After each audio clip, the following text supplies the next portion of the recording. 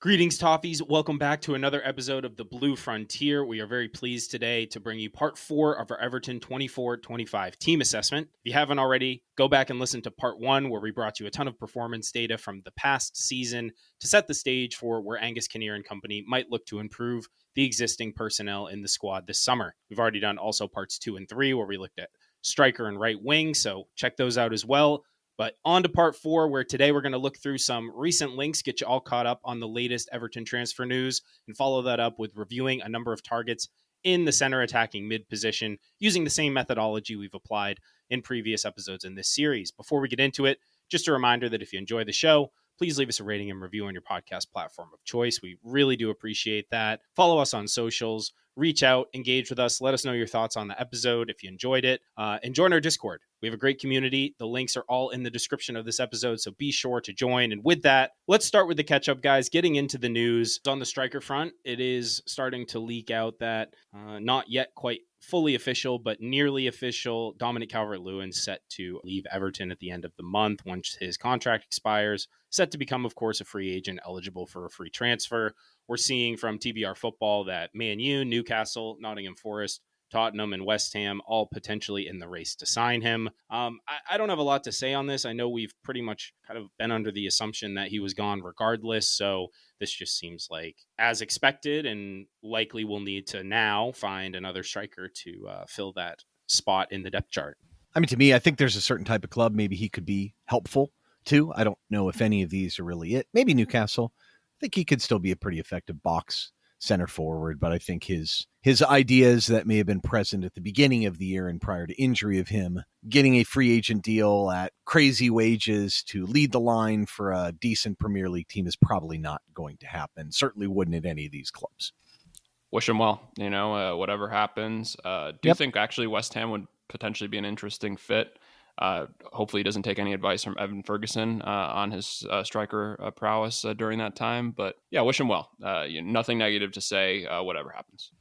Yeah, and speaking of strikers too, I mean, we need to catch up. Obviously we release an episode and you never know what's going to come out. I have to admit, there weren't any links before we released the center forward episode unless I missed them. But I don't know. I have to go back and understand why this player wouldn't have come through the data necessarily. But I think I know why, and some of the creation number, because we were talking about different profiles than what we already had. And maybe that's why. But anyway, a bunch of progressive links on this player, first from Paddy and then one today. James, you want to walk us through these before we kind of say our piece? Yeah, of course. Sure. So first from Paddy, who reported that a new striker will be needed to compete with Beto, obviously in the wake of DCL's departure. Tierno Barry, 22, of Spain's Villarreal, and German side Stuttgart's 23-year-old Nick Voltemada, who we talked about on a previous episode, have been tracked. And then we have Matteo Moretto reporting that Everton is targeting Tierno Barry, Villarreal's forward. The English club would be willing to pay the €40 million release clause. Evaluations are ongoing and no final decision has been made yet. As you said, Ryan, this was not a player we discussed in the striker episode, but an interesting one nevertheless. I think very interesting on a lot of different fronts. Yeah, shame on us, I suppose, for not bringing him up just as a talent in general. It's a little complicated how he would fit in, but let's walk through the player and kind of what we've seen first. Look, he's got serious potential. He's an incredibly exciting prospect. I cannot deny that. It sounds like the €40 million release clause, the willingness to pay for that, that's kind of its own debate. Look, he's all of 6'5". He's skinny up top. I mean, the lower half is a little bit normal. He is French, came up through a couple different clubs. Besa looked like they kind of took him on and he started to play. And Villarreal last summer paid about €14 million for him. I'll tell you what, man, if there's a guy that looks good in highlights, my Lord, he does. I mean, he looks like he's shot out of a cannon, doesn't he? I mean, this guy's a bit of a freak in terms of athleticism in moments. Is he not? Yeah, his movement, Ryan, is pretty incredible. And I would imagine he'd have defenders on skates try and defend in the box just simply because his foot skills are very good as well, right? It's like for, as young as he is, I wanted say one thing, you can only talk about so many 6'5" strikers in one transfer episode, right? So I think Promise David. I know. So give us a little bit of grace on that one. But I think where his kind of flaws would be seen as his strength, right? Of course, he's young, so that can come with time. And I think the things that you'd appreciate from someone like Beto holding the ball up and some of the kind of not sexy things when that a striker is responsible for, he would struggle with, but that would just come with time where he would get better. But yeah, I think in terms of, and we talked about it, right, in terms of Leon Delap, you look at a striker and a release clause and you evaluate that. Although it's higher, a benefit for someone like him would be you'd probably pay a lot less wages, especially given not avoiding the English tax, as well as maybe from an amortization standpoint, getting him on a longer contract, as well as giving him time to kind of get used to the Premier League, right? He wouldn't have to start from day one, but just really a really promising player. And, it's kind of exciting to see that we're looking at somebody like him. Yeah, I think that's true. I think the balance is not perfect yet. I will say this, though, even though he's a little skinny, like he will chuck himself into aerials in the box. Like he is front foot. He can run in behind. And I mean, he is electric. His acceleration, his top end speed are scary. But I think it's the ball control that he shows when he picks it up, in the wider areas that I understand the Isak comparisons a little bit in that way. He's not quite that polished, but I mean, he's rolling over with the ball. I mean, he's 22, but he's not played that much top flight football. Yeah, I mean, it pounces on loose balls. His reaction times are incredible. Like you compare him to some of the other 6-foot guys like Promise David. I mean, there's no comparison here. I mean, this guy there's no questions about him from an athletic standpoint. He does need to get a little bit stronger. He has a good feel for space too. It's not like he's a natural footballer too. It's not like he's not. I think some of the issues is when he drops in between the lines, which people are afraid of him, so they'll let him drop in between the lines. I mean, you don't want him to face, but he tends to kind of take off. His timing's a little off sometimes. The footwork could use a little bit of work. And I agree, Sean. I mean, he's not perfect at holding the ball up, but I do think the natural tendencies are there. Like they're not core elements of this guy that you see that you think, you know what I mean? He doesn't look like, they're not flaws that I can point to that would prevent him from being a stellar player. And look, let's be honest. I mean, what do you think? I mean, he's playing for Marcelinho too, so it's not like he's not willing to put in the defense, and he's able to pressure. I guess I'd put it this way. What do you think this guy's ceiling is? I mean, in all seriousness, I mean, I know what I think. I'm curious what you guys think. Well, when you talk about incredibly high ceiling, I think you talk about his weaknesses of his game. It's all stuff that either A, you would expect from a young player striker trying to develop, or B, like things in addition to that, things that I think are easier to coach to and work on, like dropping between the lines, things that all the raw tools are there. So it's just a question of him getting in the right situation to actually get minutes to continue to develop the highs of his game. And I think, in an Everton setup, he'd have the opportunity to work on a lot of the areas of his game that need polishing. So I think his ceiling is incredibly, incredibly high. Even at 40 million, you're looking at a potential, again, you talk about an Isak, like a player where you could double your money in a few years if he, stays on the trajectory he's currently on. Yeah. And some of it's technique, but a lot of it's reps too. And just kind of, continuing to apply himself in different situations. So we would say legitimately, James, this guy could be a top 5 center forward on the planet. Like we think there is that much natural ability. I think potentially world class. Yeah, you're in that ballpark. And that if that's the ceiling, I mean, I think his floor is also reasonably high. That like you look at that 40 million and at face value, I think it's a worthwhile investment, irrespective of the context, right? Like how much money can he won't be out of place in the Premier League right away. No, absolutely not. Yeah. I mean, I agree with all of that. I think also one thing that is exciting is, once again, it kind of helps us on set pieces, right? That guy would be an animal when it comes to attacking the ball, and the highlight videos will show that as well. But I agree with James, and I think his floor is pretty sound. I think it's just for us. Let's take the learnings of the Moise Keanes of the world, right, that have come to Everton and kind of floundered, and make sure that if we get somebody like this, to develop them properly. Yeah, you compare him to someone like Voltamata, like the athleticism is obviously kind of a different ballpark, but similarly good with the ball at their feet, especially given their size.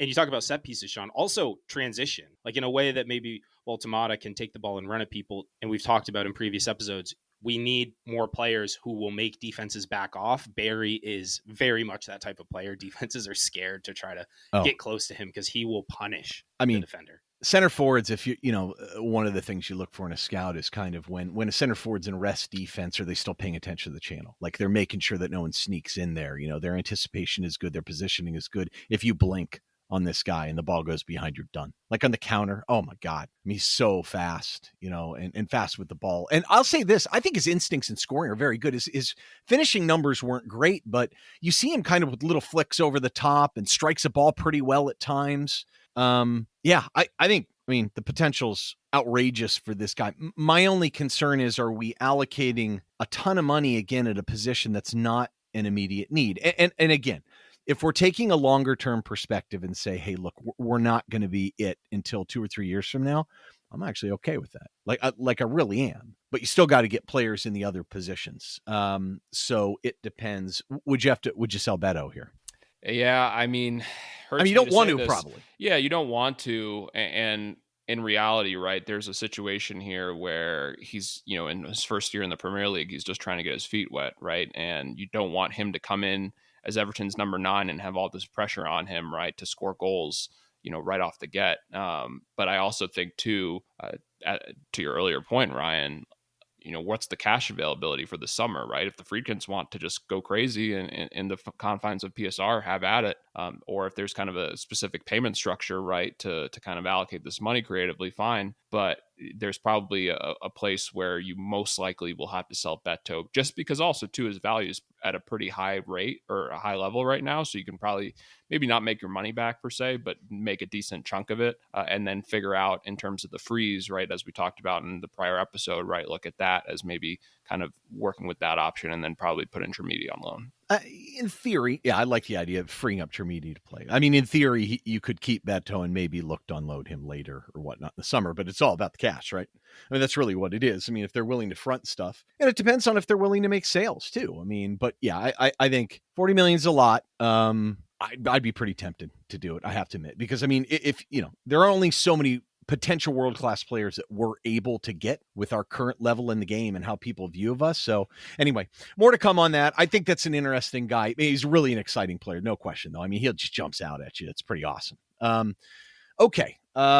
Moving on, the main purpose of the episode is to look at, once again, another positional group. And today we're going with the central attacking midfielder. I know we'll probably end up looking at some players that can play different positions as well, but I guess, gentlemen, I should rehash quickly our methodology. Okay, real quick. So we're going to look at what we have. We're going to look at some of the indexes that we have out there. Y-Scout has one for attacking mids. I'll go through the ID models that I kind of do myself, and we'll look at kind of current performance in terms of what we have, and then we'll revisit what we talked about in the past in terms of the greater team needs from the team assessment, and then let's go crazy and get into free agents, relegation guys. We'll use the data to grind out some names, and then we'll hit some links. And yes, there'll be a big link coming that everyone wants to talk about that I'm dying to talk about too. All right, so without further ado, gents, who we got coming back that could play this position? Well, we, of course, start with Charly Alcaraz, and then you also think about Ndiaye. We know Doucouré's gone. McNeil, we've talked about, and we'll talk about briefly as part of this segment. He counted as a cam in some of the models. So those are the three guys. We know that using the Y-Scout index, top 30 in attacking mids, McNeil plays 17th. We'll talk about why that might be slightly misleading. Doucouré was 18th. But then, Ryan, run through what your models put out when you kind of put your personal tweaks on things. Yeah, quick reminder on this one, too. Really, the models are designed for talent ID circumstances. So the idea is that you're identifying players that capture a particular style of play and capture it well. So they're not perfect, admittedly so. But, there are 47 players in the Premier League that played this position. This is a difficult position to do in the models, too, because normally you don't have a big volume. So I in this particular position, and I've tweaked this model so many times, it drives me crazy, but I had to add a couple guys in and take a couple people out just mechanically, but I came up with 47, and Dwight McNeil was 11th, Charly 25th, and Doucouré dead last overall. So rude. I know. Well, look, there's no model for defensive cams, really, so it would have made sense probably to put Doucouré more in center mids, but regardless, it doesn't matter. And the thing is, to some of these models, right? I mean, Y-Scout does not have ball losses for me to pull in. And like when during Dwight's issue was he had some volume and he had some production, but I think the overall impact on the team was generally bad. And I think we want to play in a different way too. And I don't think that's going to help him. So look, I mean, he had some of those goals from distance that were a little bit ridiculous. I just don't see him as an option. I guess the question is this: Charly's pretty good, and we saw the positive impact he had on the team, but is he the answer at this position? I don't know. And so I guess before we answer that question, it's probably worth going through, again, those major themes from the team assessment and which ones we feel are particularly relevant to this position before we start throwing out names. Yeah, exactly. These are the 7 kind of takeaways we arrived at in part 1. And the first of them was that we need more goal scorers besides Ndiaye and Beto. And obviously coming from those positions, being right wing, Cam, a huge one, and from the bench as well. So you need to get more players forward into the box, which is something you really hope to see at the Cam position. We know that's part of what Decore's responsibilities were this past year, but he also was tasked with doing a lot of work defensively off the ball. I think you'd like to see less of the defensive responsibility, more leniency to get forward and get involved in the attack. The third takeaway we had: need more open play creation from forwards and others. This is a huge one that you expect to get out of your Cam, dictating play in the middle of the field, drifting wide to combine with your wide players and getting involved. And I think we saw in the numbers that Charly helped a lot, even in his short stint here. But I think, Ryan, it's a fair question you ask. Is he really the answer as a nailed-on starter that we can rely on for the duration of next season? Yeah, I mean, his numbers look pretty good. I mean, certainly he wouldn't be the worst option in the world, but I think it'd be lovely to have him be a guy that can fill in on the left side and at Cam and have someone in there that's a real stud. But again, you got to figure out how you're going to allocate your money. Maybe you look at a couple guys on the right side as well that could fill in. I mean, I would love to see it where we'd have a guy with right foot and a guy in left foot that could play inside as well, and kind of flip back and forth. So you could kind of support and back up either wings. Maybe, but I still think we need someone here that can play this position. There is an attraction to move Ndiaye there. Maybe you need multiple guys on the right wing that can play this. But I think when we get in the names, we'll realize we need better attackers in general. I think the other real debate here is when we talk about kind of the supplementary aspects of this, progression and retention we both talked about. Certainly this position can be valuable in both. But, I mean, the way we played then, maybe we could play a little different. But, Shan, I mean, we certainly need the ability to move the ball up the pitch. It doesn't have to be Cam, but it was this past year, so it's got to be consideration, right? Yeah, for sure. I mean, the ones that pop out at you at improvement opportunities, and of course we'll get to it later, is the center midfielders and fullbacks, and you just cannot rely on Ndiaye to carry it past everybody, right? It was pretty evident how I think the Premier League after a certain point just kind of tried to box him in, or Everton boxed him in terms of Sean Dyche per se. But of course for us, and that's something that Charly did pretty well, right? In carrying it from deeper on the counter, or even just when he had space to progress. But I think as a whole, right, we need a lot of our players to kind of improve at this trait, but specifically our center attacking midfielder has to be a very positive progressor. And then of course retention, right? You look at the center attacking mids and wingers, they can't be defending constantly, right? And so we need to get players in the attack. Dropping deeper, of course, would be nicer to help. Of course, we look at somebody currently, Ghana, being very good at the retention piece, but he can't be the only one.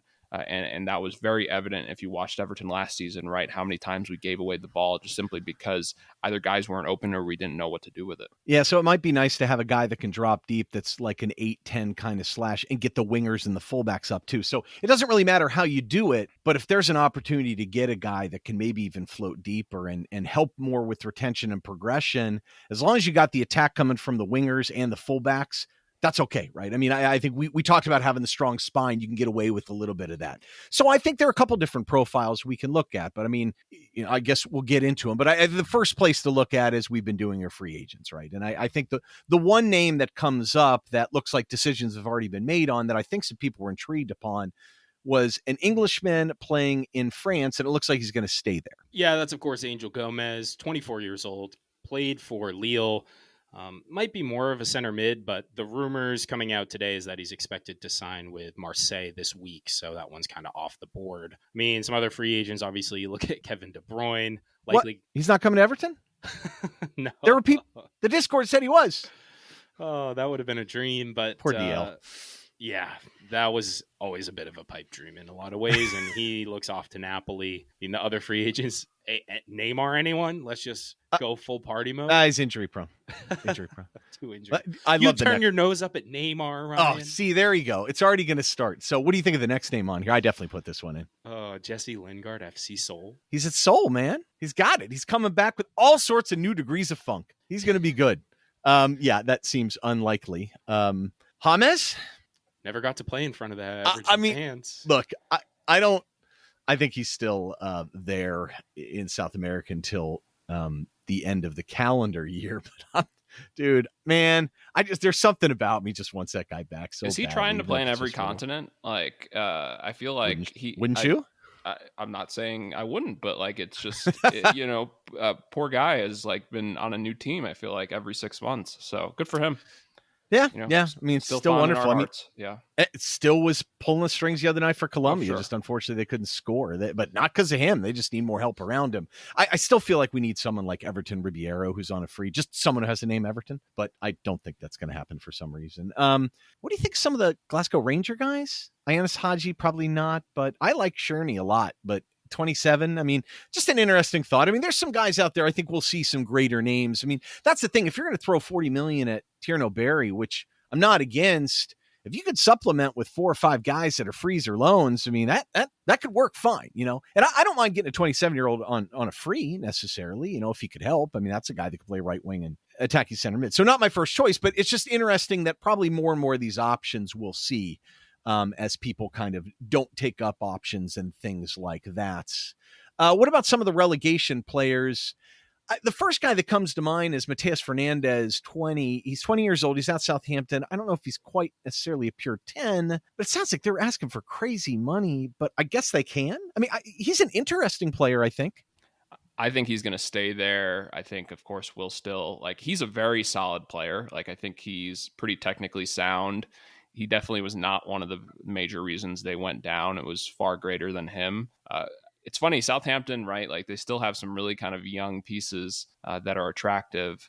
They do. I don't think he fits in the Everton portfolio, but he is, I think, a very solid player. And at 20 years old, I think he's got a bright future ahead of him. I get this feel he's going to Wolves. Like, he's a Gestafoot guy. He's a Mendes guy. I'm just saying, man. No. It's a fair You've shout. seen how Wolves, we were talking about this offline, is Wolves has made some pretty aggressive buys, mostly driven through agents, but Mendes has managed to pawn these guys off on other teams too. So it's kind of like, would they dip into the barrel again? It's not insane that this guy has that kind of ceiling, but I mean, 30 million. I mean, I could just see it pounds. now, Ryan. He does nothing at Wolves for 3 years, and then he goes to City for 60 million. I mean, it's just going to happen, right? Like, and Jorge Mendes working his magic. I mean, I think he still represents. I will say though, the next guy I know you absolutely love. I know James likes him too. Yeah, and that's Bilal El Khannous. He's 19 years old, Leicester. One of the very few things that they've done right in the last few years. They got him from Genk for, I believe it was 18 or 19 million. So yeah, very interesting guy. He's pretty. It's just funny, like when you see him play, like he looks small. I don't think he is. I think his size is in a decent spot. His right foot is excellent. I can see why folks would say he's similar to Charly. I think he's a lot better than Charly, and that's not a shot at Charly per se. Like, I just think he's just really like his progression in a team that was so bad around him was like he was very Ndiaye like in that regard for Leicester, where you just felt like when he got the ball, he would do something with it. I do think he's got a pretty decent shot on him. He needs to shoot more of it. I think that's what Leicester fans were kind of asking for. But it's kind of one of those where if they were looking, like you talk about maybe not having a specific replacement to Charly right in the center attacking mid, but playing by committee, I think you'd be somebody excellent to throw in the mix. Of course, not advocating for 2017 or 2018 when we bought 6 number 10s. But I think this guy would be a really welcome addition to Everton. And I guarantee you he and Ndiaye would love playing with one another. Yeah, the rumor demand is 26 million euros. That's not a crazy price for this guy at all. Yeah, my concern was he is a little different than Charly, but I will say this, he does tend to occupy the same spaces of the pitch, kind of left side, left center, left half space, and can play down the middle as well. Yeah, I mean, he would probably play ahead of Charly, I would think. If he was left-footed, I'd say immediately. Absolutely no brainer, already would have activated it. James, your thoughts on Bilal El Khannous? Yeah, I don't have too much to add to what you guys said. I mean, I know Shan loves him. The age profile is, he's still crazy young. So a meteoric, very high ceiling player. I do think in looking at this position, rather have someone who's more inclined to shift right than to shift left, just because we talked about it, that we feel pretty good about our coverage at left wing. But the versatility doesn't hurt, and the progression is really exciting. I mean, he does fit the bill for a lot of the criteria that we talked about. So in some ways that could make sense. And at that price, again, I think it would be kind of a no-brainer if there was mutual interest there. So definitely not opposed. I for some reason, I don't see this one happening for us, but I would love it if it did. Yeah, it's another one too. I mean, maybe you just push Dwight over to the right and then buy a top right wing and kind of force him in there. Who knows? Yeah. But he's very good. I mean, no question. Alberto Molero, 21 years old from Las Palmas. Right-footed left winger again, but he's a 10 and they've been relegated and the price sounds like it's not outrageous. He's a little undersized. I mean, he wouldn't be someone that would peg, say, for sure for the Premier League. Being a little stereotypical here, I get it, but it's very interesting to watch him dribble because he's got pretty tight control and he's pretty quick. He's not blazing fast, but he uses quickness well. He's got kind of the little shot fake and stutter steps, and the one thing he also does too when he's running in transition, he'll put it by guys and kind of do that Eden Hazard lean in. So guys have to foul him. Basically, he gets beat up a little bit, but he's class. I mean, a technical player like this, there's definitely room for him on the team. He's only got a year left on the deal, so we're talking maybe 10, 11, maybe 15 million maximum euros. I love this. He only had 1 assist last year off a 3.3 XAG. Yeah, awesome. Yeah, he could drop a little bit deeper and help kind of with retention and progression as well, too. So it's just a type of guy like this that's interesting. He'll probably stay in Spain. I'll bet you someone will scoop him up in mid-table and like him and do pretty well with him. But it's nice to know that there's some other options there. But again, he's kind of a right footer. So, okay, those are the main guys I saw, at least in the relegation crowd. I don't think there was anyone else who really jumped out on us. Apologize if we missed someone. So, as we've been doing, free agents, relegation guys, let's get into the data. We know we talked that we needed creation, but we need to also get it up the pitch via pass and carry into the box and some goals as well. That would be nice. Maybe more of a 10-8 hybrid. 24 years old and under. So we focused on progressive passes, key passes, getting the ball into the final third, and creation as well as acceleration. So this would be more of a guy that could pick it up deeper and run with it a little bit. Pedri, Thiago Almada, Cherokee, the god himself. Dream looks like he's going to sign with Man City. Watch out. Some of these, I mean, oh God, him in the right half space is going to be fun. Not for us. Orkun Kochu is one that comes up. Very interesting. He's still at Benfica too, because this is a guy that you always thought would end up being in kind of the top 5 leagues. I know Liverpool was after him. He can ping it around. They've been playing him more as a 10. I don't think this is a guy. I would think he's going to have more competition, but it's interesting. I'll go through a couple more guys we can comment on him. Ricky Puig at LA Galaxy. I'm not going to pronounce him the way they do on TV because it just doesn't seem right to me. I mean, he's injured, not a chance, but that guy's been unbelievable. Mortis Kiergaard, 21 years old at Salzburg. I actually love this guy, and I only brought him up because he's left-footed. He's 6'4", and he was all the rage at Salzburg, but he's been out for like a year, basically. Since February. Multiple ankle surgeries, which is too bad too, because he's taller, 6'4", but he's kind of quick. He can run with it. I loved his movement too. But maybe this is the time you dip in and get a guy like this off the bench. I don't think he's a goer. Damsgaard is another guy who came through in the data, but I don't know. I don't think any of these guys are a great fit. Quick thoughts on some of these guys? Yeah, I would worry about folks making fun of Damsgaard's hair. So I don't think I don't think he would be a good fit, Ryan. But Moritz, I think, would be interesting. I watched a bunch of him when you put him on the dock, and he looks like very clean. I think his technical abilities there. It'd For be his interesting. Height, very clean, like shocking. Yeah, and as we talked about, kind of Rooney, right? Like probably not being a possibility whatsoever. You want to take a flyer on a young guy. This is kind of the guy, right? I understand the injury could be concerning, but I don't think the fee would be crazy. So if they were, if we were kind of linked to him and Everton were to pull the trigger on him, I'd be very excited to see him because I think he adds a level of quality technically that I don't think we have in the squad. Yeah, he looked a little more comfortable playing higher, though. I mean, that profile was really someone that's going to get on the ball and kind of help us get it up the pitch. So I changed the data models on the next one, and I really tried to focus on number 1 and 2 above, and those were kind of the goal scorer creation. The traditional more 10, someone who's going to be higher up the pitch. So we're looking at key passes, shot assists per 90, XA, non-penalty goals as well. Kept it really simple, and sure enough, it cranked out guys like Foden, Wirtz, Musiala, Xavi Simons, like all these guys that we can't get, Sule from Roma. Oh, he's so good. But no, I don't think so. Now, ironically, Charly and McNeil meet the criteria, of course, too. And so is Voltemade. We talked about Voltemade. I think we see him a little bit more as a second striker 10. I mean, if you were to buy him here, he also covers your backup center forward. In fact, actually, this will be interesting. What if you bought this guy because we like him so much and sold Beto? With him and Barry, you've got center forward cover. I mean, that actually is a really interesting idea. I mean, if you want to transform the attack, that is one way to do it. What do you guys think about that idea?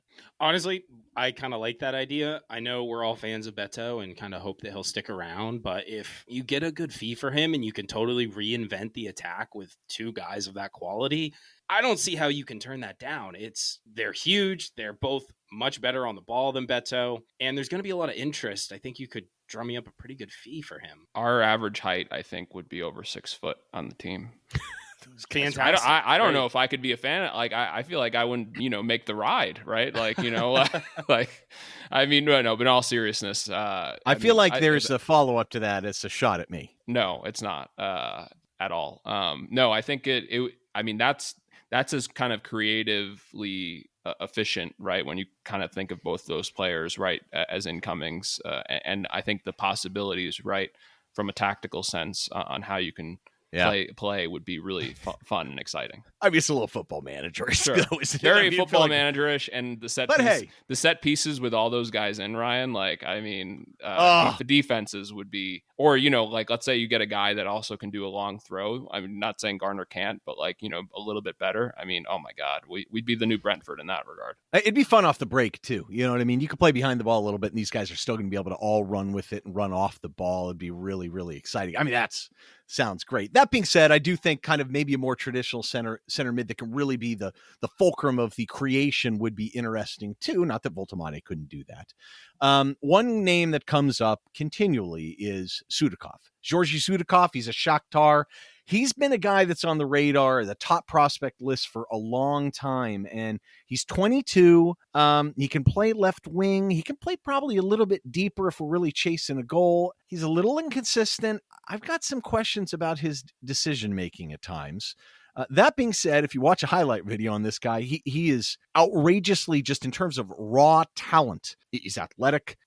He's strong. He is technical. He can play fast. I mean, he does stuff sometimes that just blows your mind how good and talented he is in isolation. I don't know. I mean, he plays really aggressive too. Like, just a little reckless for me sometimes. Shakhtar's asking 50 million euros. Bournemouth was linked. Apparently Napoli offered 35 plus 5. That was the rumor. I don't know if De Bruyne kind of takes him out of the market. I'll bet you maybe a 40 million tag could go and get it done for this guy. XG Everton Fury suggested his name. I don't know if we're the right club for this guy. I mean, he's got his brethren in Mikolenko here, but I mean, this would be a really exciting thing. I just think you're paying a lot for a guy, and I don't think you need to keep going so big in certain areas, but man, he'd be exciting. Yeah, very exciting player. Love to build up a little Ukrainian contingent. I feel like Mikolenko's been on an island here for a few years.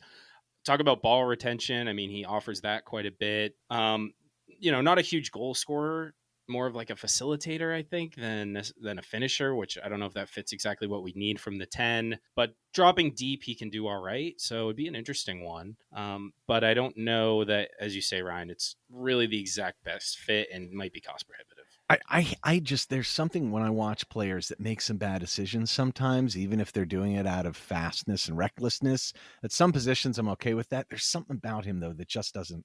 But he has so many wild moments that completely counteract himself. I mean, what a talent, though. It's so hard for me to get excited about this after just, clamoring the heavens for Victor Tyson-Goff for so long, right? But I mean, I love the player. You and me both, buddy. I know. Love the player. I think, what I want to give a quick shout out to is our Discord. Just some really, really awesome suggestions. Fury.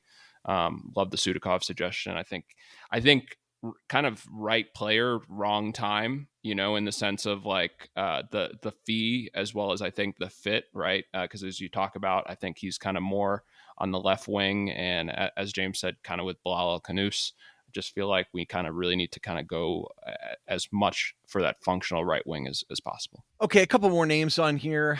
Charles de Ketelaere, 24 years old at Atalanta.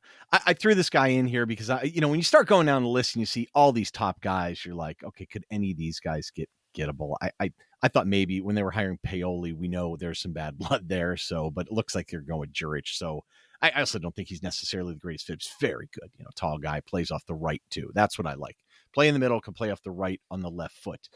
Enzo Millert, 22 years old, Stuttgart. I'm not the biggest fan of this guy. I know he's talented. Any other comments on him? When you saw Waltemade play, the style of play is my issue. This kid is very good. He's actually a very good athlete too, but he's very methodical, very measured on the ball. I think we need someone that can kind of pin the ears back a little bit more and play with kind of more verticality. Thoughts, guys, about him? And I also don't feel like he's a cam, but he's more of an attacking player. So if you're going to be methodical, like getting on the ball and dominating is one thing. I don't think he's that guy. Any comments here? Yeah, I was going to say, I think he's maybe slightly more of an 8 than a 10, potentially. I just don't know if he can do that, though, in the Premier League, personally.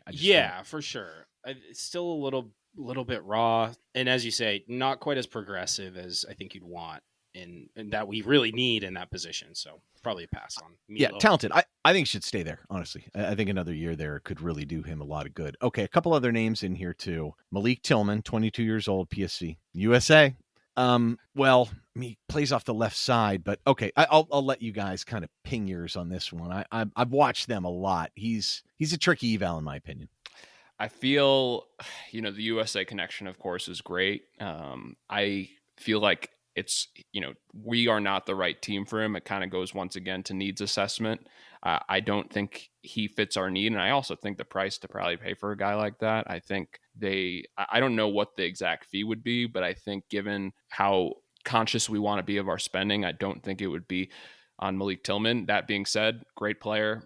Excited to see his progression and hope if he doesn't stay at PSV that he gets a move that's good for his career. I don't like the Premier League for him either. I just don't. The chaos I don't think would be that great. I mean, he's long. He is so calm and smooth amongst absolute chaos at PSV sometimes. His first touch is so good. He's just so clean and so smooth. It's you watch him, you're like, wow, this kid could be great. It's almost understated. Because he doesn't look explosive, but he kind of is. Yeah, I think functionally, though, it's another guy that plays off the left probably better, and so I don't think so. Kang-in Lee, 24 years old, PSG. They paid 22 million euros for Mallorca 2 years ago. He's not that pacey. The thing is, when you see someone like this who's not playing that much, I think your immediate reaction is maybe there's opportunity here.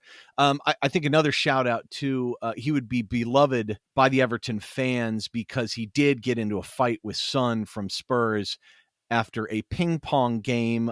Check it out if you'd like. They've dubbed it Ping Pong Gate. I appreciate the feistiness there.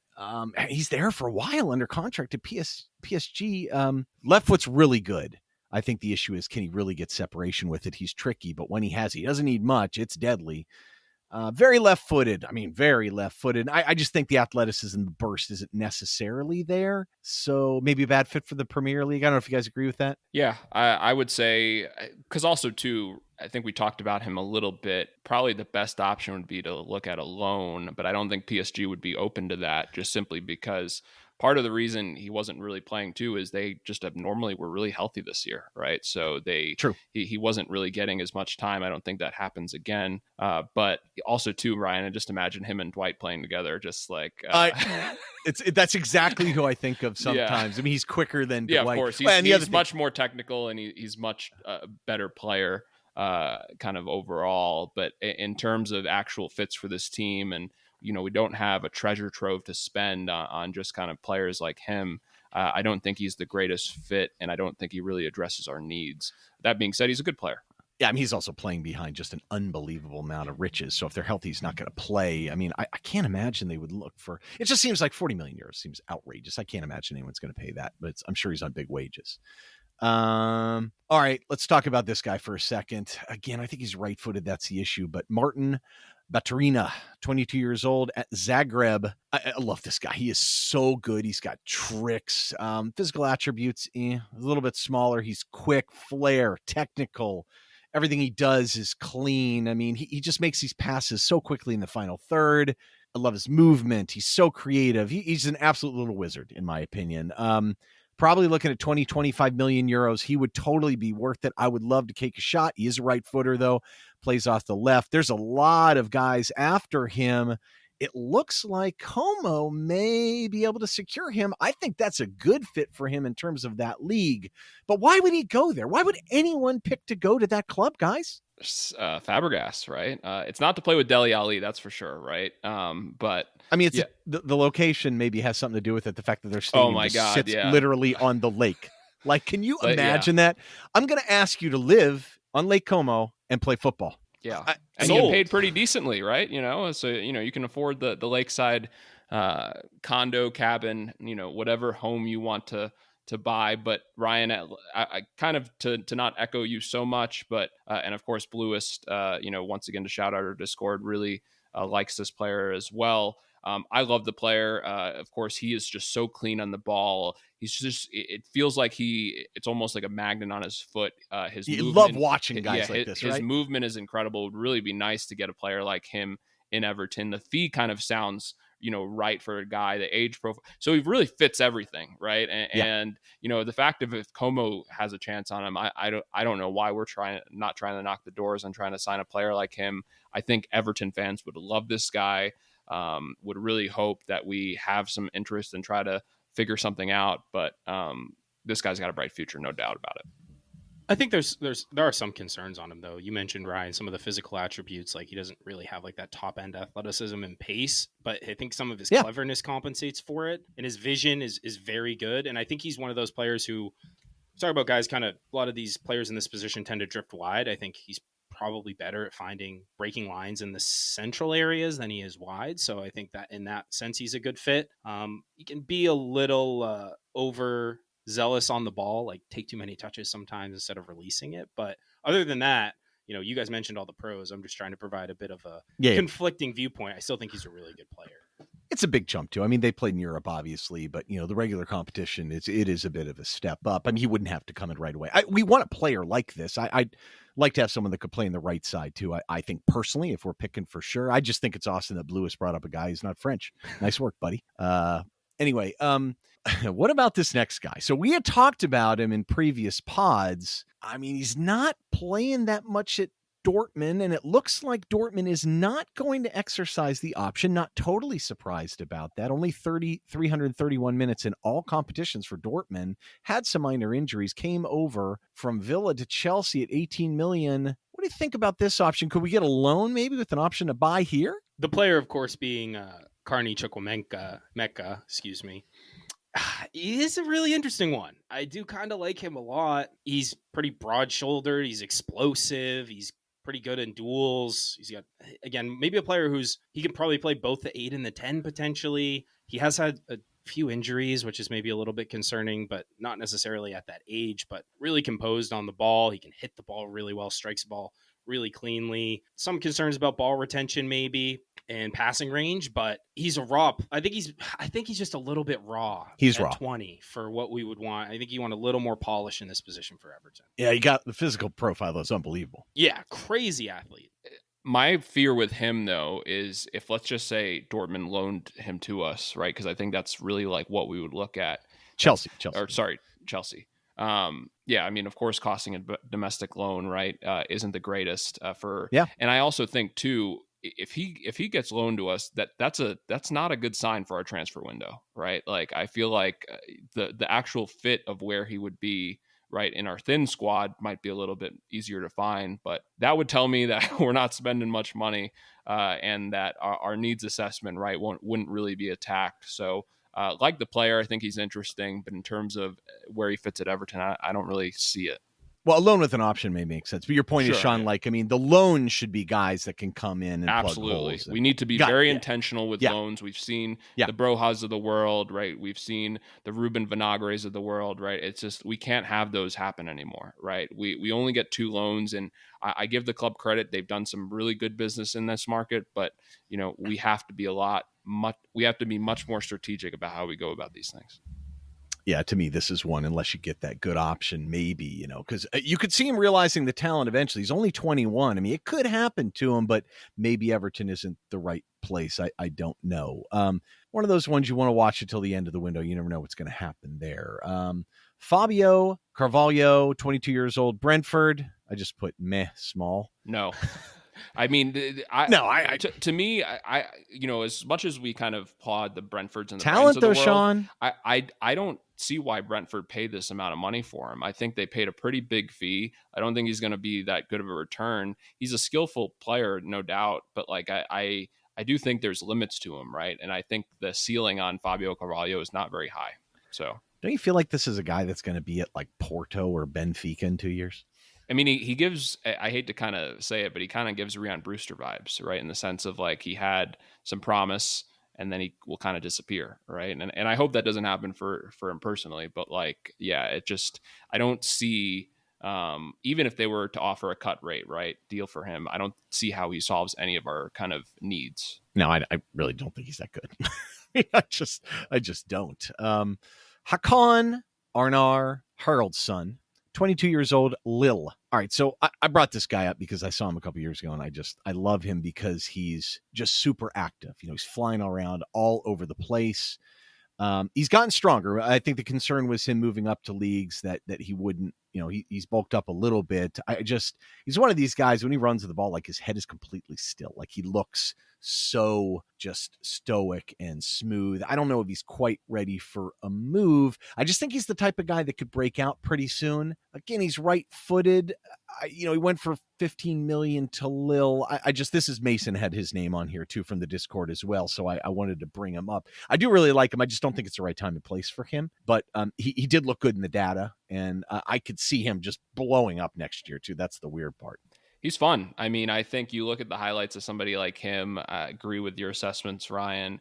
Kind of one of those players that if the club was to splash the cash for him, I wouldn't kind of go over 20 million, right? Of course, I understand Lille would want to make a profit, but somebody that definitely, I think, would help us, right? I don't think he would kind of solve all of our issues, but kind of one of those players that you toss into the fray of talent, right, could really be useful. And I think from a progression standpoint, as well as an attacking standpoint, would be really fun to watch. He was fun to watch him team up with like Mohamed Darmi for a while at that Copenhagen team. I just remember them together. It was kind of fun to watch. They were just all over the place, you know. James, any final thoughts before we get into the linked name players, which surely the first one will spur some conversation? Or would you like to do the honors? No, just on Haroldson real quick. I mean, I just don't think this is a realistic move for us. You say he's right-footed. Icelandic. He's very, very right-footed. I think that's worth noting. Like his left is not that great. Athleticism is okay, but doesn't necessarily separate all that well from guys. Good in tight spaces, but the one-footedness, I think, again, is a little bit limiting. And I don't know how good he is at dropping deep. That said, if you're looking at players who truly are like pure number 10 kind of profile, he does fit that bill. He's not, I don't think he has the versatility of some of these other guys. But yeah, it's not one that I would go for personally. Okay. So let's talk about kind of linked players and maybe some wild cards in here. The first linked name, okay, this is going to require a little conversation, I think. There have been rumors that Jack Grealish has been named an early favorite for Everton. The odds keep going down in Everton's favor, leading the charge to acquiring Jack Grealish's signature. I mean, let's keep in mind he did most of his best work cutting from the left side into the half space. I suppose you could plug him in at cam. That's why we bring it up. I can't argue that he wasn't productive. I mean, his numbers are outrageous, at least in terms of his creation. I just feel like there's this general rule that I like to subscribe to, and it is you sell to those big clubs. You never buy from them unless they are super, super, super cheap. And while he's good, I really don't know how good he really is anymore. And I mean, what are we looking at? 125K probably a week at least, because God knows he's on more than that now. And it's going to cost a fee to acquire him. I'll just leave it at that and maybe get your guys' take. Sean, you want to kick us off on this one? What does favorite mean anymore? Like, I feel like in silly season, the words get redefined, right? I don't know who labeled us as favorites. Gambling. Yeah. One word. I gambling. know, right? Yeah. Grealish is ours. Yeah. He's not a favorite of mine. I can promise you that. That sounds personal. Well, you know who it was personal to was Miguel Almiron, right? So, but I agree with your assessment. No, I'm talking about the parade, Ryan, when, Jack, yeah. So I agree with your assessment, Ryan. I don't know how good he is anymore. This idea of kind of almost taking, cities, trinkets and trash, and kind of subsidizing that. The wages, I don't think, would be anywhere in the ballpark of somebody that we'd want to pay for that production. So a bunch of no's for me. It doesn't make sense. And if they, let's just say, actually did this, I'd have major concern on the committee. Just such a dramatically different style of play to what he's been doing at City. And yeah, I mean, his attacking numbers are going to look super productive in a City side that just chill around the box. And he has leniency to just kind of create. We know that he was a wonderful player. He still has a ton of quality, but to make him your highest paid player, almost certainly right off the bat by potentially a significant margin, it feels like one that David Moyes would probably push for.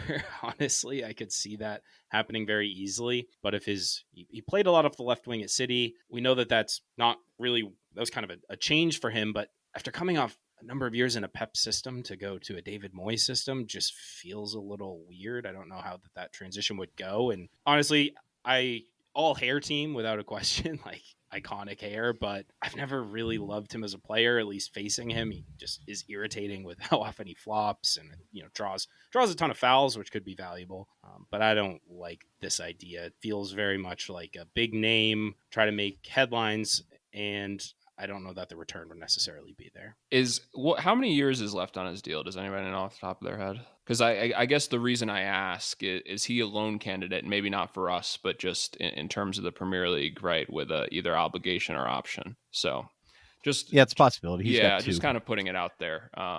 Because also too, right? His value is not at the highest. I think he's had injury issues as well as just that team's loaded, right? So as you kind of mentioned, James, when you play in a team like that, right, whether it's playing time or whether it's just kind of the evaluation of the player, it's a little bit hard to kind of discern just given the amount of talent that's around you as well as you're competing with. I don't know what the fee would be. I mean, he's 29. He turns 30 in September. He's very methodical as a player. He dwells on it, and that's really interesting and all, but I don't think that's how we want to play at all, and I don't think that's typically how Moyes wants to play. What irritates me about this is there's so many reasons not to sign him. I'm not doubting that he's not still a good player. I don't know for how long. It's not like he takes some unbelievably great care of himself. That's for freaking sure. I think we know that. What I get irritated about is people out there saying you're turning your nose up at Grealish, you don't know ball or some utter not. He'd walk into your team, he'd be our best player. First of all, I don't think there's any evidence he would be our best player. I don't think he'd be as useful stylistically as someone like Ndiaye. I'll say it right now. I really don't. I just think that Ndiaye's much younger, much more springy. He's got legs. He'll come deep and beat guys flat out with pace. And I don't know if Grealish really does that anymore. He used to. I mean, at Villa, he was a great, I really did like him, but again, if he was a left footer, maybe there's opportunity there. Maybe he could play off the right side. He can't. I've not seen any evidence that he can do that. So why would we spend the money, who's going to cost a lot of money, on big wages for a guy that's going to be 30 in September to play in the space occupied by debatably our best attacking player at this point? Why? In fact, I don't know how those two could play together. I could see him going back to Villa. I mean, Oh, on a yeah. loan, like I feel like that makes like, of course what they did with Marcus Rashford, right? And I think kind of at least showed that he's obviously still a very good player, but like, yeah, it's just for us, it doesn't make sense. No, I just it's not turning your nose down. It's got nothing to do with that, man. It's just there's many reasons not to think this is a good idea, and that is what it is. I just don't really like the attitude about it. Like you're an idiot for even suggesting not, because that's not how this game works. Anyway, moving on. Okay, another link that was a little bit more recently. This player's on loan at Fiorentina. Does not look like they're going to take up the option. He's an Icelandic player who has recently cleared of sexual misconduct charges. His name is not maybe who you think initially. Massive loan fee at like 7 million euros. So, I mean, this is Albert Goodmanson. He's a well thought of player, but I don't think he really kicked off at Fiorentina, and Fiorentina is a good team. The one thing I will like about him is if you want to have that guy that's constantly in motion, will drop back and get on the ball and help with retention as well as progression, he's it. He can score goals too. He did actually go to trial and was cleared, just FYI. I mean, I don't know. I mean, he's not young. I think he's 27. I mean, if you're going to take him on loan, but we're not going to pay a loan fee of £7 million for this guy. I don't know. Thoughts? I mean, it kind of fits. It wouldn't be the worst guy to mix in. He could play a little bit higher, but it would be a weird one, I think. Yeah, first off, Ryan, appreciate the legal analysis. But yeah, in terms of the actual tactical analysis, I would only take this guy on a loan. I actually like the player. I think he would actually really kind of help us in certain aspects of the team. Like you said, in terms of the progression as well as hold up. Size is pretty good, right? So he's obviously somebody that I think would be able to, fit pretty well in the Premier League. Of course, wouldn't pay a $7 million loan fee for him. But a loan with even an obligation to buy potentially, depending on how the committee felt about him, would be interesting. Another one I wish was left-footed a little bit. Speaking of left-footers, recent rumor, Matt O'Reilly, 24 years old, at Brighton, moved from last August for 25 million euros from Glasgow Celtic. He was a Fulham youth too, so he counts homegrown for England. Kind of some strange injuries last year. They seemed unrelated, not typical. Kind of got taken out in like the first 10 minutes of a preseason match, or I believe, or maybe it was. Yeah, it was nasty. Like it was one of the nastier tackles I've ever seen. Like I think the guy got red carded, but like, yeah, he was out for at least 3-4 months. So yeah. Yeah, and he gave some interviews with Danish media that says he's best as an 8 box-to-box, but can play other positions. I think the issue there is he's not a great defensive player, so I don't know how he figured that out. And that doesn't surprise me because a lot of his quotes are, my coach said I needed to work on my defensive mindset so I could defend better. Yeah, because I don't think you can play him that way. On the teams he was playing before, I remember he started out under Ange where he was playing more of a 10, and then they flipped him over on the right side in a 4-3-3. Rogers as well too, where he blew up. I mean, the guy, look, in his defense, I mean, the year prior when he was bought, he led the Scottish Premier League with 31 goal contributions in 37 minutes. I mean, and he's got 4 goal contributions in less than 1,000 minutes from Brighton. Most of it's from set pieces. I think this guy's a really good player. I don't know why they would sell him unless they needed to sell a bunch of players. One thing I'm very amused about is he's listed as 5'7" on FBref. I mean, I'd say he's at least 6'2". Like, how do you get that so wrong? I don't know. What are your thoughts here? I mean, is there any reason why you would think that we could get him? And if we could, I mean, if you could pay the 25 million euros, would you take him?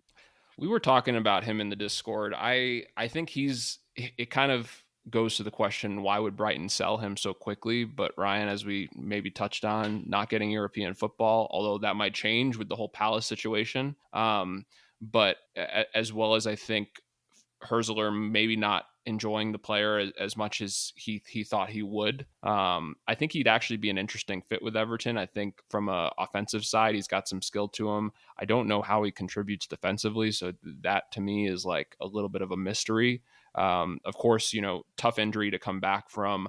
Thought when I watched him at Brighton, I thought he was a pretty skillful player and could see why he did really well in the Scottish League. I think technically he's pretty sound. He's got a good shot on him. So it would be interesting. I don't see him coming to Everton, but if they were able to find a deal that kind of was in that price range, I think it would actually be a pretty solid bit of business. Left foot's good and he's class on the ball. Maybe he could play right side too. James, what do you think? Yeah, I actually like him quite a bit. I don't see us being able to pry him away, but the fee's reasonable. I think he does fit the bill for a lot of left-footed. It would be really nice to have cutting in. Not as familiar with him as some of the other guys on the list, but have watched him a bit. I do think the defensive side of his game lacking is a little concerning, and that adjustment, getting more minutes at the Premier League level, he's just kind of unproven at this level. So I wouldn't be throwing out a ton of cash for this guy, to be honest. No, he does give us kind of a different element in terms of elegance and class on the ball, though, which we need in kind of that position and could drop deeper in theory. Yeah, 3-man midfield, I think he's fine, Fabio Vieira, 24, Arsenal, on loan at Porto. No, still has 2 years left. And maybe even on a loan, I wouldn't necessarily take this guy, but he's left foot and can play right wing. They paid like $50 million for him, didn't they? Like, what are they doing with that? Like, was it that much? I think it was a pretty significant amount of money. I could be wrong, and apologies if I am, but like, I remember they paid a massive amount of money for him. So yeah, no thanks. 2 years left on his deal, so you'd have to pry him away from Arsenal. Again, we talked about it with Grealish. I think the same principle applies, even though he's a much younger player, still 24 years old. He's not 29 going on 30 like Grealish, but you'd have to fork. Sorry, my apologies. 35 million. Yeah. Still, it was a lot at the time. I remembered. I was like, whoa, that's a big number. He's 24 at this. There's nothing. I mean, I want someone out there that's more explosive as an athlete. I don't think this guy is it. What about Merlin, the magician role? 22 years old, Freiburg. He's 6'4". I think this guy's too raw. I don't think he's going to really help. And honestly, like if he was 20 years old, maybe that'd be a more interesting profile. But I don't know. He doesn't look totally out of place in the Bundesliga, but he's not particularly productive. I like Wombat's comment here. I just don't think this is the right time for this guy at all. Yeah, Mike from the Discord. I've never heard of Merlin Roll before this tweet, but I desperately want us to sign him now. I mean, the name, does he play with Merlin on the back of his jersey? Because that would be kind of awesome. He does not. Merlin and Tim, though, would be quite the magical midfield, wouldn't you think, Ryan? Which wizard? Oh, my God. We have a... You're a wizard, Merlin. Right. Tim the Enchanter, Merlin the Magician. I mean... I'm not going down. This episode is already getting long enough. This is the last direction we need to take it. I don't know. Any calls for this guy? I've honestly never been overly impressed with him. I see some raw talent. When you have a guy that big that has decent feet and can play, like he just hasn't shown to be that productive or impactful on the pitch. But in isolation, when you watch him, he looks like he's a serviceable player. He just like every time you watch a young player, you still want to see some wow moments, like some moments that are just like bang and that result in something impactful. I haven't really seen that with him. So I think their fans like him a lot. But anyway, I think a much more interesting link is this next guy. Yeah, and that would be James McAtee, 21 in Man City. Has a year left in his deal, right? So I think the opportunity, if you were to splash the cash, would be this window. Has barely played this year for Pep. Has been linked in the past, right? Of course, being kind of in the English youth system. Wasn't super for Sheffield in the Premier League, but I would say he was good in the Championship. He can play right wing, good size and left foot, has some moments. Of course, best in the half space, better in transition. Probably the fee would unfortunately be the 20 to 25, just kind of regular fee for a player like this. I think you think of course, a familiar option, right? That's pretty well known in the league. I think he's an interesting guy. I think he could actually fit well with Everton. I think there are some more exciting options abroad, but if Everton were to pay the fee for James McAtee and he was our starting right winger, I think we'd be in good shape. I do think he might be he can play right wing, but I think he might be a bit more useful centrally. I think pretty good vision on him. Yeah, and he is very good left foot. He's got, Ryan, you talked about those moments you want to see from a younger player. He does have that. A guy that definitely needs consistent minutes. I mean, you come up through the City system, you're going to be pretty good on the ball. In transition, I don't know. I think he can really kind of cut through the lines a little bit, but athleticism, I'm not totally sold on him. Probably better. Yeah, better. I do think, even though he's going to be good in possession with City, I think maybe in a Moy side, more transition based, that could be a situation he'd thrive in. Yeah, this is one where, I wouldn't feel good if you've just put him there and said he was going to start at right wing. I don't think he's quite there yet, but you're right. He has moments. You guys said it. He has these moments where you're like, now I know why this guy was so well thought of a couple years ago. 1 year left on the deal. I just have this feeling we can get him too. And we haven't seen the best of him. And we may not see it for a year or two, but you could plug him in at 10, James. He may be more useful in there because he's not overly necessarily vertical. He can play right side, cutting in, maybe do well with the fullback if you had someone that was really attacking over there. There's something about this kid that seems a little bit special. He's English. I mean, that doesn't hurt. Yeah, I think some people will be excited about him, though. I feel like he's well thought of as a prospect in England. Win Freaky 12 thought he sounds very interesting at 25 million. Would be fun. He's the guy. It's interesting when I was trying to like craft scenarios as to what this would look like. He was always the last guy that I looked at. I was like, if you could sneak him into the first team somehow and put him in as a role, knowing that he's left-footed, I mean, he could be amazing. Like I don't know. He's versatile too, right? I think that's the biggest thing as we talk about the needs for this team. And even if, let's just say, you can't attack them all this window, he's the type of guy that, like, it's not like Dwight playing, center attacking mid and right wing, right? You're going to get a much better player that would be playing at those two roles.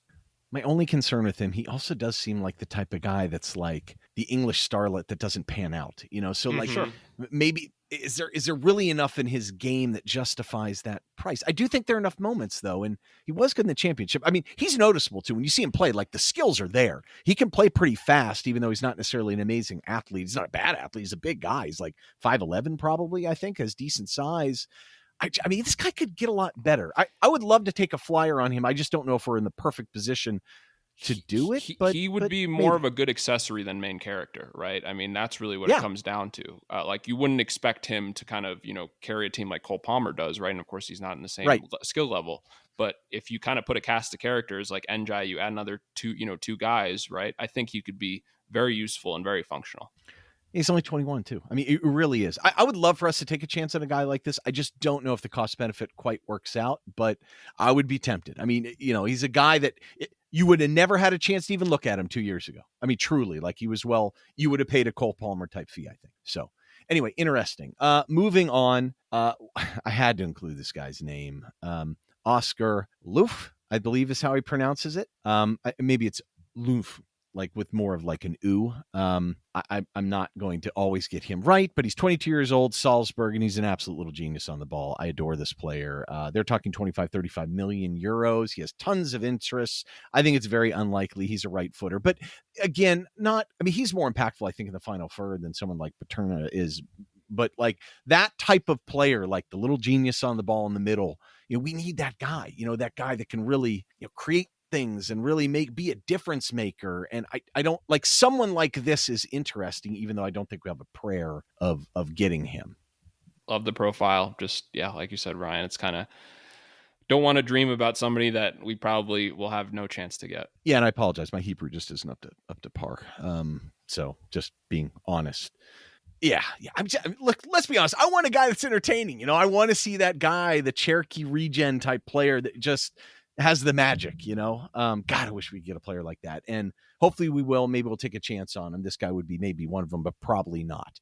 All right. North American USA players. I can't help but look at some of these, right? A couple of these guys we know and well. Brian Gutierrez at Chicago, incredibly clean on the ball. You want to talk about a guy who is technical and clean. The physical profile isn't perfect. He's not short, though, and he's not that slow straight ahead. I don't really want him to go to the Premier League right away, though. I want him to kind of find an interim place to go. I think he's going to move pretty soon, though. Very underrated by, I think, the national team aspects. I don't know why. He is very smart, finds space well, and like I said, super technical. He's not a typical U.S. player necessarily. I would hate it, but I think he's a guy that you'd send out on loan. The other guy, Quinn Sullivan, who's having an unbelievable year, is a super smart player. I love how he finds his space, but he's a big guy, and I am afraid he'll be overshadowed by his younger brother, at least until Kavan shows that he's a bust or is great. It's just, his profile's not going to, I don't think it works in the Premier League. I love Marcelo Flores at Tigres. I just bring him up because he probably won't leave Mexico because that's what they all do. They hit 21, 22 years old. A big club like Tigres or Chivas or America or Cruz Azul pays a ton of money for him, puts him on big payroll. And even though they should go to Belgium and make half the money, they won't. So I don't blame them. That's not going to happen. But there is one American that I love that I would love to see at Everton. I don't know if he's quite there. I don't know if he'll quite ever be a superstar in the Premier League. I don't even know if he's the best fit, but man, I love this guy. And that player is, if you follow Ryan on Twitter X, Good boy. Diego Luna, 21, center attacking mid, Real Salt Lake. Smaller guy. Well, I guess average height. Average height. I shouldn't say smaller. 5'8". Sure. 5'8" is a total. Yeah, no. He's 5'8", but he's just built like a truck. I mean, he's just like almost as wide as he is tall. Seems like a really good character. He's got some interesting tattoos that maybe if you saw him on the street, you might make some assumptions about his character, but those would be off base.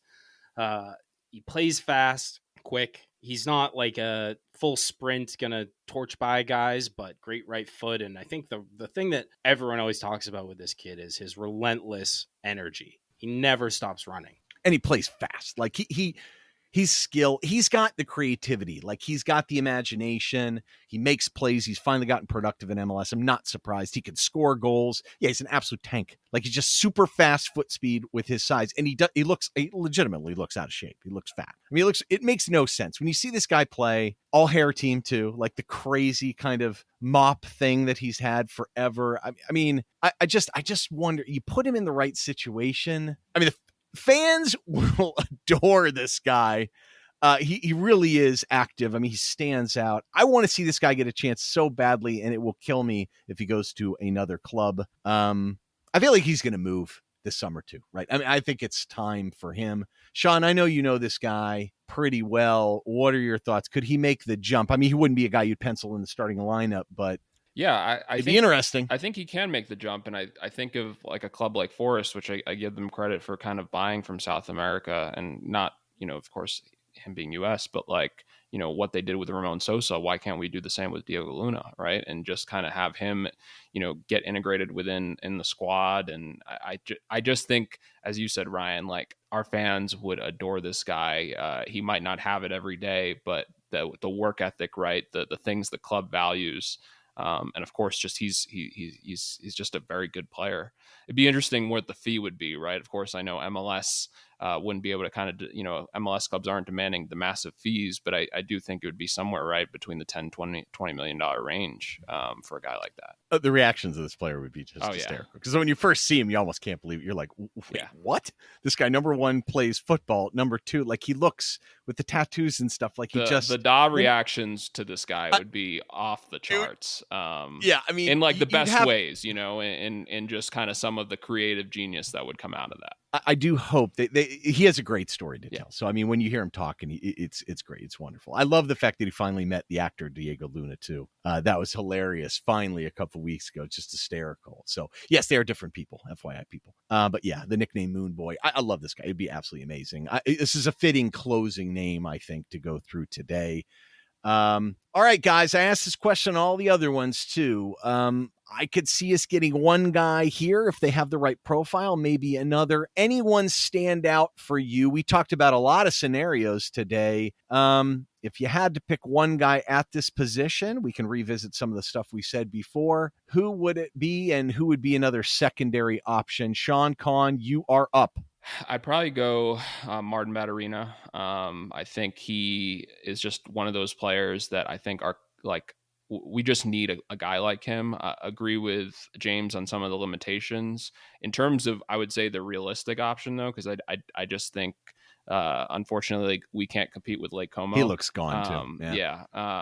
Bilal we have water in Liverpool. Yeah, Bilal El Khannous I think actually has a realistic chance. I think outside of just maybe even the release clause, Leicester just feels like this like accident waiting to happen this summer with just some of the things that are going on. And I think they're going to have to sell some of their guys. And I think they'll sell either one of Fatawu and El Khannous. And I really do hope that the club, because I think even at his release clause, it's still a good risk to take. And I do think he adds, even if he might not be a perfect fit here, the versatility, right, is just a big thing that I think he would really help us. So I'd probably choose Bilal. I might have to agree with you, Shan. I think El Khannous is really interesting. The other one, even though I spoke on some of his shortcomings, Chukwuemeka, I think, is pretty interesting. I know he's a little bit raw, but, to that end, you might get a better deal out of it. He's still going to be expensive, but a player who I think could come in and just has all the physical traits and attributes that you'd want and can really move the ball around. I think he'd help us out a lot. So he would be near the top of my list. I love Diego Luna so much. I really do. Well, I'll say this, like, I don't necessarily know if we need to go big here. I think there's kind of a combination of scenarios. Like, if you got a guy like Voltamade, this is probably where I would try and play him. And I know it maybe turn into more of a second striker thing. And, maybe that facilitates the Beto Barry thing. So there's a lot of combinations. But if you just said, okay, look, I just need a guy to kind of fill this position, knowing that we already have Charly and he's okay, I might take a chance on James McAtee if you could get it done. I mean, there's just something about him, and I like the fact that he can play off the right side. Now, we did the prior pod. I'm assuming we're going to go big at right wing. So if you're going to go big at right wing, this guy could be your second guy and could fill in the middle with the left foot. But I do love Voltamade. So I think a combination of that would be really, really interesting. I'll tell you, alone for Goodmanson is not the craziest idea. I just love how he comes back to the ball. I feel like someone that's really active, that's constantly in motion the way he is, I think would be valuable. But yeah, man, God, I can't deny, like, to have a little guy like Baturina looks like he's going to go to Como, but like someone like Glau or like whatever would be so cool to have a guy that's just creative and a genius. And I don't know. But yeah, I think if I went big with like someone like Bakwa at right wing, and even Fatawu, but like your backup behind there at James McAtee, knowing they have like a Voltamade that's going to fill in. But if you're going to go cheap, man, I take Diego Luna a heartbeat, man. I really do. I love him, man. I think what he would bring to the table would be really, really interesting.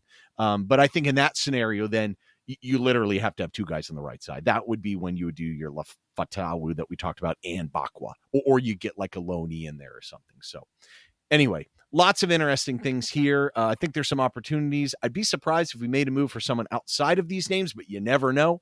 If we do, we'll revisit them in the next episode. James, you want to send us home? Yes, I would. Thanks, everyone, for tuning in. We appreciate the support. I know this one, there was a lot of poo-pooing of names, but I think we got through some really interesting targets and had some good discussion. So hopefully you enjoyed it regardless. That ends part 4 of this series. We still got no end in sight. We're going to keep churning out the pods. Hopefully you keep enjoying them. So thanks again for the support. One last reminder that if you enjoy it, please leave us a rating and review on your podcast platform of choice. We really, really, really appreciate it. Follow us on socials, reach out, join our Discord, engage with us. Lots of good discussion going on day to day in the Discord.